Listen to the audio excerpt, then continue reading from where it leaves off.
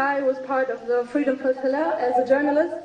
I was on the journalist and medical boat, the Conscience, on the way to Gaza this fall. Around 100 nautical miles away from the coast of Gaza, we were intercepted. We were put into prison for 5 days. And in a speech, as a woman, I want to talk about the sexual violence I experienced in prison. I do not want to talk about it just to put the focus on myself, because it is nothing personal, it is nothing individual, and it's nothing that I should be ashamed about. We were transferred from one prison to another, and during the strip searches, I was raped. I'm sharing this to say it again, and not just for me, and not just because I'm the only one that experienced it, because this is not true.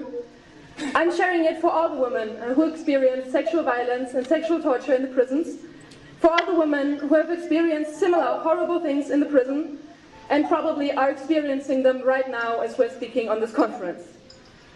I'm speaking on behalf of those who did not survive those attacks, those who cannot speak about it because they're still in prison. And again, I am not the one that should feel ashamed. It is the Zionist states and its prisons, his guards, who should feel ashamed. But on the other hand, there's nothing else to expect from states like those. A couple of times we heard from Palestinian prisoners, especially from female prisoners, about the situation in the Zionist prison. So what else should we expect from Zionist prisons, from the Zionist fascist states? One thing is very important. It did not break my will. There are so many role models, so many women comrades, so many brave women I take a lot of strength from. And looking back at history, women have always been stronger than that. And I will end my speech with saying this. I will not stop fighting for justice and the end of violence until every woman is free and has received justice. I will not stop fighting until